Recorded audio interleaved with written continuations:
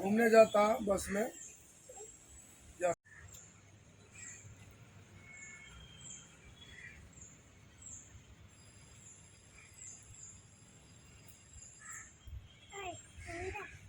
ఉదయం సమయంలో నాకు బీఆర్కే న్యూస్ ప్రతినిధి ఇచ్చిన సమాచారం ప్రకారం బస్ స్టాండ్లో ఒక 1.5 ఇయర్ బాబు మరియు ఒక 7 to 8 months పాప అబాండన్గా ఉన్నారని చెప్పి తెలిసింది.